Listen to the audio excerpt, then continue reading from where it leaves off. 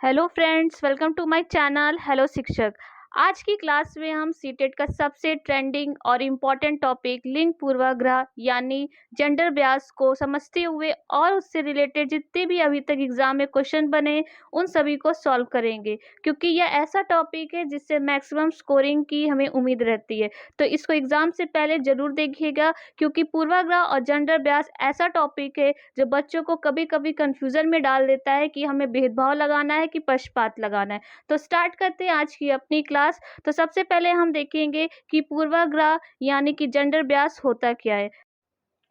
तो लिंग पूर्वाग्रह है क्या? तो लिंग पूर्वाग्रह मतलब होता है ऐसा अंधविश्वासी या मन गढ़ंत बात कहना जिसको सिद्ध करने के लिए कोई प्रमाण ना हो, ऐसी मानसिक धारणा बन जाना जिसका कोई परिणाम ना हो। तो इसका कहने का मतलब है कि कोई प्रचलित बात या फिर जो बहुत पुरानी बात पीढ़ी दर पीढ़ी चली आ रही है, तो जिसको हम आज तक फॉलो कर रहे हैं लेकिन उसका कोई प्रमाण नहीं है। जैसे कि हम देखते हैं कि कुछ लोग कहते हैं कि बच्चों को, जो लड़के होते हैं उनको बाहर का काम आना चाहिए और जो लड़कियां होती हैं उन्हें घर का कार्य आना चाहिए। और कभी कभी कहते हैं कि जो लड़के होते हैं वो गणित में या मैथ्स में दिमाग से बहुत अच्छे होते हैं और लड़कियां थोड़ी सी वीक होती हैं। तो कुछ चीज़ें हमारी प्रचलन में पीढ़ी दर पीढ़ी वो बातें आज तक चली आ रही, लेकिन उनका प्रूफ मांगेंगे तो प्रूफ कहीं नहीं मिलेगा। तो जो ये होता है यही हमारा पूर्वाग्रह होता है कि जो ऐसी अंधविश्वासी और मनगढ़ंत बातें होती हैं जिनको आज तक हम मानते हैं लेकिन हमारे पास उनका कोई प्रूफ नहीं या कोई प्रमाण नहीं है, तो ऐसी मानसिक धारणा बन जाती है कि यही सच है और ये जो बात चली आ रही है इसीलिए चली आ रही है क्योंकि ये हम कहीं ना कहीं ये बात हमारे लिए सत्य है। तो देखते हैं कि इससे कुछ एग्जाम्पल देखते हैं कि किस तरह से हमारा पूर्वाग्रह होता है। तो पहला एग्जाम्पल है हमारा, पुरुष स्त्री से अधिक बुद्धिमान होते हैं। तो यह एक तरह से जेंडर बियस है कि पुरुष को प्रधानता दी जा रही है कि स्त्री से बहुत बुद्धिमान होते हैं, कहीं ना कहीं भेदभाव किया जा रहा है। पक्षपात है कि लड़कियों को बुद्धिमान कम समझा जा रहा है, लड़कों को ज़्यादा। और सेकंड हमारा है, लड़कों को विज्ञान पढ़ना चाहिए और लड़कियों को गृह विज्ञान। तो ये कहीं पे मेंशन नहीं है कि लड़के को घर का कार्य करना चाहिए या विज्ञान पढ़ना चाहिए, लड़कियों को घर का काम करना चाहिए, क्योंकि आज के समय में समानता सबसे ऊपरी है। क्योंकि आजकल लड़के भी लड़कियों के बराबर कार्य करते हैं और लड़कियां भी लड़कों के बराबर कार्य करती हैं। तो लड़के भी घर का कार्य कर सकते हैं और लड़कियां भी बाहर का कार्य कर सकते हैं। और थर्ड है हमारा, लड़कों को बाहर का कार्य करना चाहिए और लड़कियों को घर का कार्य करना चाहिए। अगर इस तरह की हमारी मानसिक स्थिति है तो इसका मतलब कहीं ना कहीं हम पूर्वाग्रह से ग्रसित हैं, रूढ़िवादिता में बंधे हुए हैं। आज तक जो भी अंधविश्वास मानसिक बातें चली आ रही हैं उन सबको हम आज तक मान रहे हैं। और लास्ट हमारा एग्जाम्पल है, संगीत लड़कियों को सीखना चाहिए, गाना बजाना, ये सब जो घर के कार्य ये सब लड़कियों को करना उचित होता है। तो ये कहीं ना कहीं हमारी रूढ़िवादिता, अगर इस तरह से आपको कहीं कोई ऑप्शन में मिले तो समझ जाइएगा कि हमें रूढ़िवादिता को, हमारा निगेटिव पॉइंट होता है, निगेटिव कीवर्ड से हमें अगर ऑप्शन में कहीं दिख रहा है तो वही ऑप्शन हमें चूज करना रखनी है। तो स्टार्ट करते हैं इससे कुछ रिलेटेड क्वेश्चन की। क्वेश्चन में अगर आपसे पूछा जाए तो किस तरह से आपको उसको सॉल्व करना है। तो पहला क्वेश्चन हमारा बनता है, एक अच्छी पुस्तक डैश से बचती है, यानी कि a good text book avoids, क्या अवॉइड करती है, किस चीज से वह बचती है? पहला ऑप्शन लैंगिक पूर्वाग्रह से, या लैंगिक संवेदनशीलता से, या लैंगिक समानता से, या सामाजिक उत्तरदायित्व से। तो एक अच्छी पुस्तक का यही हमारी जो विशेषता होती है कि वह बच्चों को भेदभाव या फिर लैंगिक पूर्वाग्रह या जेंडर बियस को ना सिखाते हुए वो वैसे गुण सिखाएगी जो बच्चों को लड़के और लड़कियों की समानता या पुरुष या महिला में समानता, इन सब चीजों की सीख देगा। तो हमारा पहला ऑप्शन हो जाएगा कि किस चीज को अवॉइड करती है, हमारी लैंगिक पूर्वाग्रह को। नेक्स्ट क्वेश्चन है हमारा क्वेश्चन नंबर 2, राज्य स्तर की एक एकल गायन प्रतियोगिता के लिए विद्यार्थी को तैयार करते समय विद्यालय लड़कियों को वीरता देता है, वह दर्शाता है।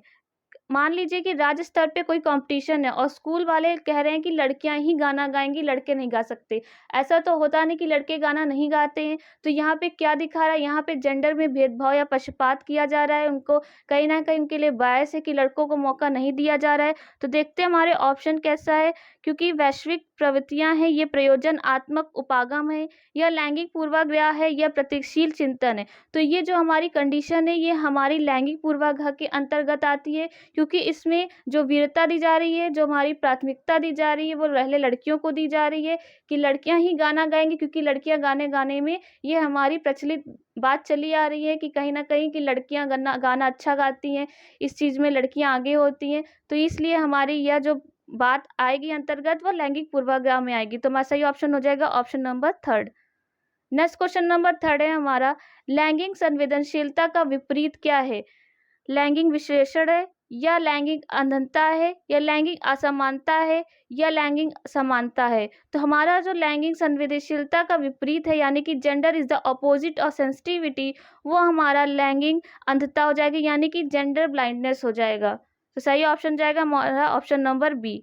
नेक्स्ट क्वेश्चन नंबर 4 है हमारा, जेंडर बेस्ड क्वेश्चंस पुरुष और महिला की भूमिकाओं का निर्धारण समाज करता है।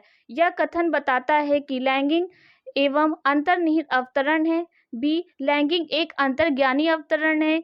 लैंगिक एक आनुवंशिक प्रतिभा है, या लैंगिक एक सामाजिक अवतरण।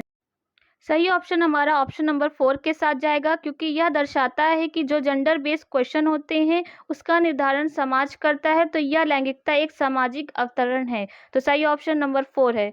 नेक्स्ट क्वेश्चन हमारा क्वेश्चन नंबर 5, प्रायः यह माना जाता है कि आर्थिक शारीरिक क्षमता में कमजोर होती है। तो यह क्या दिखाता है या क्या दर्शाता है? पहला, लैंगिक रूढ़िवादिता दिखाता है, या लैंगिक भेदभाव दिखाता है, या जेंडर भूमिका दिखाता है, या जेंडर समानता दिखाता है? तो यहाँ पे आरती यानी कि वहाँ पे गर्ल्स को बोला जा रहा है कि यहाँ पे शरीर से कमज़ोर होती हैं, तो यह हमारी कहीं न कहीं रूढ़िवादिता में आती है कि लड़कों को शारीरिक से तेज या फिर मजबूत समझा जाता है, प्रबल समझा जाता है, और यहाँ पे शारीरिक जो क्षमता होती है वो लड़कियों को कमज़ोर समझा जा रहा है। हमारा जो सही ऑप्शन जाएगा वह जाएगा ऑप्शन नंबर 1 के साथ, लैंगिक रूढ़िवादिता। अगर आपसे पूछा जाए कि यहाँ पे लैंगिक भेदभाव क्यों नहीं लगा रहे हैं, तो आप ये कह सकते हैं कि लैंगिक रूढ़िवादिता इसलिए होती है क्योंकि यह जो हमारी कंडीशन है कि जो लड़कियां होती हैं या महिला होती है वो शारीरिक रूप से कमज़ोर होती हैं, और जो लड़के होते हैं वो शारीरिक मजबूत होते हैं। तो कहीं न ये हमारी प्रचलन में चली आ रही है, ये कहीं न कहीं हमारा एक पुराना कॉन्सेप्ट है जो पीढ़ी दर पीढ़ी मान्यता हमारी प्राप्त है। तो ये हमारा रूढ़िवादिता में आ जाएगा। अगर यहीं इसी जगह पे अगर लड़के-लड़कियों में भेदभाव किया होता कि लड़के का ग्रुप ज़्यादा अच्छा है, लड़कियों का ग्रुप नहीं अच्छा है, जो अभी करंट में हम चीज़ों को देख के बता सकते हैं, तो वहाँ पे मानिए कि हम वहाँ पे भेदभाव कर रहे हैं कि लड़की को मौका दे रहे हैं, लड़कों को मौका नहीं दे रहे। और ये जो कंडीशन थी ये हमारी प्रचलन में, इसलिए हमने रूढ़िवादिता को सही ऑप्शन माना है। तो नेक्स्ट क्वेश्चन देखेंगे क्वेश्चन नंबर 6 को, शिक्षक और विद्यार्थी किस प्रकार डैश जेंडर को करते हैं या सीखने की वातावरण डैश? तो इनमें से कौन सा ऑप्शन सही होगा? पहला, व्याख्यायित पर कोई प्रभाव नहीं पड़ता है। बी, निर्मित पर प्रभाव पड़ता है। या बी, सी, रूपांतरित को सुप्त करता है। या डी, परिभाषित को कम प्रभावी बनाता है। तो शिक्षक और विद्यार्थी किस प्रकार से प्रभाव डालते हैं वातावरण में? अगर निर्मित करेंगे, चीज़ों को क्रिएट करेंगे, जेंडर को, चीज़ों को अच्छे से पढ़ाएंगे, कन्फ्यूज़न करेंगे, तो चीज़ों का वातावरण पर प्रभाव पड़ेगा। तो जैसे शिक्षक बच्चों के बीच में व्यवहार करेगा, वैसे उस चीज़ का प्रभाव पड़ेगा, नई-नई चीज़ें क्रिएट करेगा, उनकी जो प्रचलन की चीज़ें हैं उनको समझाएगा कि ये चीज़ें ऐसे नहीं मानी जाती, ये गलत है। आज के समय सब समान है, सब बराबर, सबको समानता प्राप्त होनी चाहिए। तो कहीं न कहीं हमारा जो ऑप्शन जाएगा ऑप्शन नंबर बी हमारा सही जाएगा कि शिक्षक और विद्यार्थी निर्मित जेंडर को करते हैं तो सीखने के वातावरण पर प्रभाव डालता है। तो सही ऑप्शन हो जाएगा ऑप्शन नंबर बी। 7 हमारा, डैश के अलावा निम्नलिखित श्रेणियां जेंडर को प्रभावित करती हैं। ए, जातीयता, या बी, धर्म, या अभिक्षमता, या भाषा। तो जो हमारे जेंडर पे प्रभाव नहीं डालता है वह है हमारी जातीयता। बाकी हमारे जो 3 टॉपिक हैं, धर्म, अभिक्षमता या भाषा या बच्चों की जैसी लैंग्वेज है, इन सब पे बच्चों के जेंडर का प्रभाव पड़ता है। तो सही ऑप्शन जाएगा ऑप्शन नंबर ए के साथ। नेक्स्ट क्वेश्चन नंबर 8 है, बच्चे डैश को छोड़कर अन्य सभी के द्वारा लिंग भूमिकाएं ग्रहण करते हैं। ए, सामाजिकरण, बी, संस्कृति, सी, मीडिया, या डी, ट्यूशन। ये सीटेट का फेवरेट क्वेश्चन है। ये हर पेपर में आपको ऐसा क्वेश्चन देखने को ज़रूर मिलता है कि कौन सा ऐसा ऑप्शन होगा जहाँ पे बच्चों के लिए कहीं भी जेंडर की बात ना की गई हो। तो आप देख रहे हैं सामाजिकरण, समाज में होता ही है भेदभाव, बच्चों के साथ पक्षपात होता है, संस्कृति में कहीं ना कहीं होता है, मीडियम में भी होता है, लेकिन ट्यूशन ऐसी जगह है जहाँ पे लड़के लड़कियाँ सबको बराबर से पढ़ाया जाता है और सबकी बराबर कंपटीशन में भाग लेते हैं। तो इसलिए जहाँ पे बच्चों की भूमिकाएं को नहीं छेड़ा जाएगा, जहाँ पे नहीं उनको अभ्यास किया जाएगा, उनके अंतर नहीं किया जाएगा, तो ऑप्शन हमारा डी के साथ सही चला जाएगा ट्यूशन में। नेक्स्ट क्वेश्चन नंबर 9 है हमारा, सामाजिक भूमिकाओं के कारण ना कि जीव वैज्ञानिक संपत्ति के कारण सौंपी गई विशेषता क्या कहलाती है? ए, जेंडर भूमिका अभिव्यक्ति, या जेंडर भूमिका दबाव, या जेंडर भूमिका रूढ़िवादिता, या जेंडर भूमिका नैतिकी। तो हमारा जो सही ऑप्शन जाएगा ऑप्शन नंबर सी के जाएगा कि हमारी जो जेंडर भूमिका रूढ़िवादिता है उसको ये दर्शाता है। तो नेक्स्ट क्वेश्चन हमारा 10 है हमारा, कक्षा में परिचर्या के दौरान एक शिक्षा प्रायः लड़कियों की तुलना में लड़कों पर अधिक ध्यान देती है। तो किसका उदाहरण है यह? जेंडर पक्षपात का है, कि जेंडर पहचान का है, या जेंडर समरूपता का है, या जेंडर संबद्धता है? तो यहाँ पे कक्षा में बच्चों पे लड़कियों की जगह लड़कों पे अधिक ध्यान दिया जा रहा है, यानी कि पक्षपात किया जा रहा है, कि यहाँ पे समानता का भेद नहीं रखा जा रहा है। तो यहाँ पे जो हमारा सही ऑप्शन जाएगा वो ऑप्शन ए के साथ जाएगा, कि यहाँ पे जेंडर पक्षपात को देखने को मिल रहा है। नेक्स्ट क्वेश्चन हमारा 11 है, लड़कों को बाहर का कार्य करना चाहिए और लड़कियों को घर का। तो क्या दर्शाता है ये? अनुसंधान आधारित धारणाएं, या लैंगिक पूर्वाग्रह पर आधारित धारणाएं, या सत्य धारणाएं हैं, या उपयुक्त सभी है? तो यह दर्शाता है हमारी लैंगिक पूर्वाग्रह को, क्योंकि यह प्रचलन में हमारे कि लड़कों को बाहर का कार्य करना चाहिए और लड़कियों को घर का। तो सही ऑप्शन जो जाएगा ऑप्शन नंबर हमारा बी के साथ जाएगा। नेक्स्ट क्वेश्चन है हमारा, निम्नलिखित में कौन सा समाज में लिंग समानता का मानदंड हो सकता है? विद्यालय में पुरुष और महिला शिक्षकों की संख्या की तुलना, या बी कक्षा 12th में लड़कों और लड़कियों द्वारा समान संख्या में प्राप्त विशिष्ट योग्यता, या सी कक्षा 12 तक पहुंचने वाले लड़कों लड़कियों की संख्या की तुलना, या डी कक्षा छात्राओं को विद्यालय से बाहर आयोजित प्रतियोगिताओं में भाग लेने की अनुमति दी जाती है। तो हमारा जो समाज में लिंग समानता का मेन मानदंड हो सकता है कि बच्चे को क्लास 12 तक चीज़ों की समानता या लड़के लड़कियों में तुलना बताई जाए कि सभी समान होते हैं, क्योंकि बचपन में अगर यह चीज़ सिखाई जाएगी तो बचपन में बच्चा कोरी स्लेट की तरह होती है, आपको पता ही होगा। तो यह चीज़ हमें क्लास 12 तक बच्चों को बता देनी चाहिए कि बच्चा जो भी हमारा समाज में लिंग होता है वह बच्चों के ना लड़के लड़कियों पर निर्भर होता है या समानता पर निर्भर होता है। तो हमारा जो सही ऑप्शन जाएगा वो ऑप्शन हमारा सी के साथ जाएगा। नेक्स्ट क्वेश्चन नंबर हमारा जो 13 है वह है, समाज में विभिन्न लिंगों के लिए उपयुक्त मानी जाने वाली प्रारूपिक विशेषताओं के बारे में जन सम्मान की अवधारणाओं को क्या कहते हैं? ए जेंडर विभेदीकरण, या जेंडर भूमिकाएं, या जेंडर पहचान, या जेंडर रूढ़िवादिता? तो हमारा जो सही ऑप्शन है वो ऑप्शन रूढ़िवादिता के साथ जाएगा। तो हमारा ऑप्शन डी सही हो जाएगा। नेक्स्ट क्वेश्चन है हमारा, खिलौने, पहनावे की वस्तुएं, घरेलू सामग्री या व्यवसाय एवं रंगों की विशिष्ट लिंग के साथ संबंधित करना क्या दर्शाती? यानी कि कहते हैं पिंक कलर लड़कियों के लिए होता है, ब्लू कलर लड़कों के लिए होता है, कि डॉल से लड़कियां खेलती हैं, या फिर खिलौने जो बर्तन किचन के होते हैं उससे लड़कियां खेलती हैं, लड़के बैट बॉल से खेलते हैं। तो ये सब चीज़ें हमें क्या दर्शाता है? तो ये हमें दर्शाता है जेंडर रूढ़िवादिता को, कि यह जेंडर ब्यास होता है, कि लड़कियां और लड़कियों को अलग कर दिया गया है, कि लड़कियां सिर्फ घर में खेल सकती हैं या घर के बाहर नहीं खेल सकती, लड़के बाहर खेल सकते हैं, घर में खेल लेते नहीं है लड़कियां, लड़कों को बाहर जाना चाहिए। तो यह सब चीज़ें जो है हमारे ऑप्शन 2 के साथ सही जाएंगी। नेक्स्ट क्वेश्चन हमारा क्वेश्चन 15, पुरुष स्त्रियों की अपेक्षा ज़्यादा बुद्धिमान होते या कथन क्या है? लैंगिक पूर्वाग्रह को प्रदर्शित करता है, या बुद्धि के भिन्न पक्षों के लिए वो सही है, या सही है, या सही हो सकता है? तो स्त्रियां जो कहते हैं कि पुरुष स्त्रियों से ज़्यादा बुद्धिमान होते, तो कहीं ना कहीं ये हमारे प्रचलन में है। तो ये हमारी रूढ़िवादिता यानी कि लैंगिक पूर्वाग्रह को दर्शाता है। तो सही ऑप्शन जाएगा ऑप्शन नंबर ए के साथ। नेक्स्ट क्वेश्चन नंबर 16 है हमारा, कक्षा में जेंडर रूढ़िबद्धता से बचने के लिए एक शिक्षक को पहला ऑप्शन लड़कों को जोखिम उठाने और निर्भीक बनने के लिए प्रोत्साहित करना, बी लड़के लड़कियों को एक साथ अपारंपरिक भूमिकाओं में रखना चाहिए, या सी अच्छी लड़की अच्छा लड़का कहकर शिक्षार्थियों के साथ अच्छा कार्य करने की सराहना देनी चाहिए, या डी कुश्ती में भाग लेने के लिए लड़कियों को निरुत्साहित करना चाहिए? तो हमारा जो सही ऑप्शन जाएगा वो जाएगा कि रूढ़िवादिता को अगर ये बचाने के लिए शिक्षक को लड़के और लड़कियों को एक साथ अपारंपरिक भूमिकाओं में रखना चाहिए, कि सबको बराबर, सभी के फेस्टिवल, सभी के जो भी कल्चर है सबको सम्मान करना चाहिए, सभी कार्य बराबर देने चाहिए, भेदभाव नहीं करना चाहिए। तो हमारा जो ऑप्शन जाएगा सही वो ऑप्शन बी के साथ जाएगा। नेक्स्ट क्वेश्चन नंबर 17 है हमारा, निम्नलिखित में कौन सा समाज के लिंग समानता का मानदंड हो सकता है? ए विद्यालय में पुरुष और महिला शिक्षकों की संख्या की तुलना, या बी ये हमारा क्वेश्चन कहीं ना कहीं रिपीट हो गया है, तो ये हमारा ये क्वेश्चन नंबर सी, हमारा जो इस क्वेश्चन का ऑप्शन सही था वो सी था, कि बच्चों को क्लास 12 तक चीज़ों को समझा देनी चाहिए, उनकी तुलना कर देनी चाहिए। तो नेक्स्ट क्वेश्चन अपना देखेंगे क्वेश्चन नंबर 18, अध्यापिका ने एक कमेटी के प्रधान को सभापति के स्थान पर सभा अध्यक्ष लिखा, तो यह संकेत करता है एक अधिक उपयुक्त पारिभाषिक शब्द का पालन करता है, यह भाषा पर अच्छा अधिकार रखती है, या एक लिंग मुक्त भाषा का प्रयोग कर रही है, या लिंग पूर्वाग्रह से ग्रस्त है?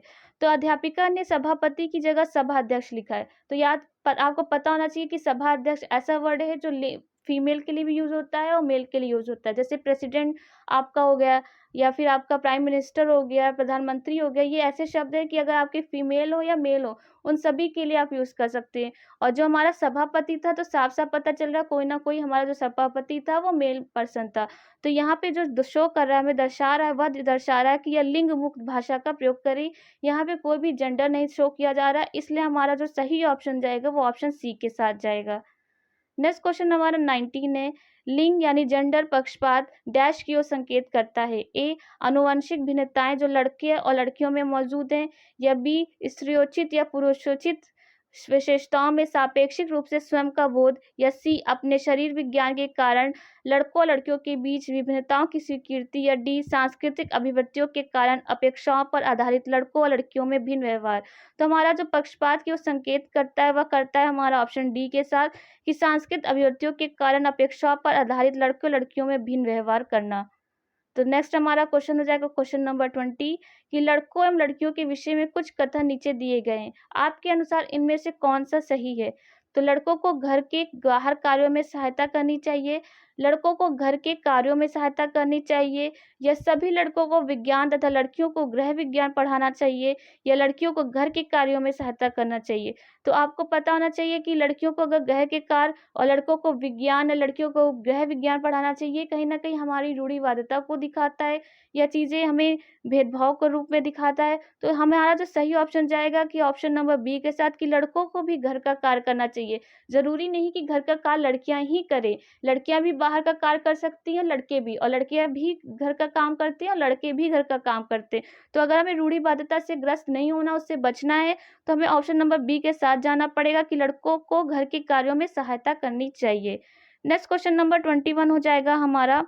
कक्षा 8 की एक पाठ्य पुस्तक में एक प्रकार चित्र है, शिक्षिका एवं घरेलू काम करने वाली के रूप में महिला, जबकि डॉक्टर एवं पायलट के रूप में पुरुष है। तो इस प्रकार चित्रण में क्या बढ़ सकता है। तो यहाँ पे एक क्लास 8 की बुक है, उसमें दर्शाया गया जो शिक्षिका है, यह जो घर का काम कर रही वह महिला है, और बाकी जो हमारे पायलट है वो पुरुष हैं। तो ये हमें लिंग भूमिका निर्वाह खेल दिखा रहा है, या लिंग स्थिरता दिखा रहा है, या लिंग सशक्तिकरण दिखा रहा है, या लिंग रूढ़िवादिता दिखा रहा है। तो कहीं न कहीं ये हमारा लिंग रूढ़िवादिता यानी जेंडर बियस को शो कर रहा है कि लड़के बाहर का कार्य कर रहे हैं और लड़कियां घर का कार्य कर रही। तो हमारा जो ऑप्शन सही जाएगा ऑप्शन नंबर डी के साथ जाएगा।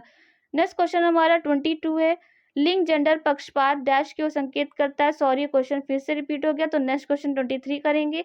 प्रायः लड़कियां गणित में कमजोर होती हैं। तो आपको क्वेश्चन पढ़ के ही अब समझ में आ रहा होगा कि कौन सी चीजें हमारी भेदभाव में अंतर क्या होता है और हमारी रूढ़िवादिता यानी कि जो चीजें हम शुरुआत से ही मानते चले आ रहे हैं, तो उनमें अंतर क्या है। अगर आपको ऑप्शन में दो चीजें दे दी जाएं कि भेदभाव है या पक्षपात है, तो आपको पता होना चाहिए भेदभाव तब करते हैं जब चीजों को हम कर रहे होते हैं कि लड़के के साथ एक चीज करनी है, लड़कियों के साथ क्या चीज करनी। और पक्षपात हमारा या फिर पूर्वाग्रह वह चीज होती है जो हमारी पीढ़ी दर पीढ़ी हम मानते चले आ रहे हैं कि हमारे लड़कों को बाहर खेलना चाहिए, लड़कियों को घर के अंदर खेलना चाहिए। तो ये हमारी पूर्वाग्रह को बेस है।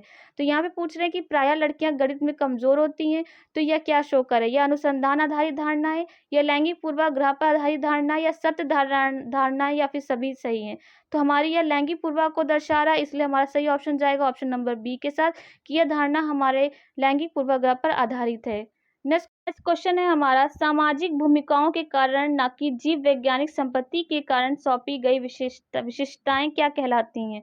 जेंडर भूमिका अभिव्यक्ति कहलाती है, या जेंडर भूमिका दबाव कहलाती है, जेंडर भूमिका रूढ़िवादिता कहलाती है, या जेंडर भूमिका नैदानिकी कहलाती है। तो हमारी जो सामाजिक भूमिकाओं के कारण जो हमारी सौंपी गई विशेषताएं होती वो हमारी रूढ़िवादिता कहलाती। तो सही ऑप्शन जाएगा ऑप्शन नंबर सी के साथ।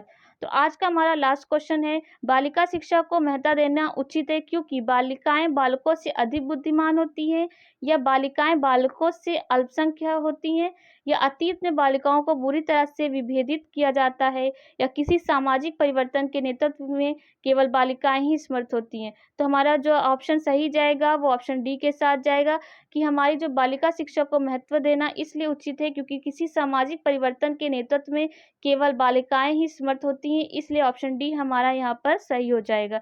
तो ये थी हमारे आज के कुछ सीटेट के वेरी इंपॉर्टेंट क्वेश्चन, जो कहीं न कहीं आपके सीटेट के एग्ज़ाम के लिए बहुत ही हेल्पफुल होने वाला है। इसलिए आप अपनी तैयारी अच्छे से करते रहिए और हम आपके कोई भी टॉपिक आपसे छूटने नहीं देंगे। इसलिए वीडियो को लाइक करिएगा, कमेंट किया करिएगा, शेयर करना ना भूलिएगा और चैनल को सब्सक्राइब ज़रूर करिएगा। Thank you.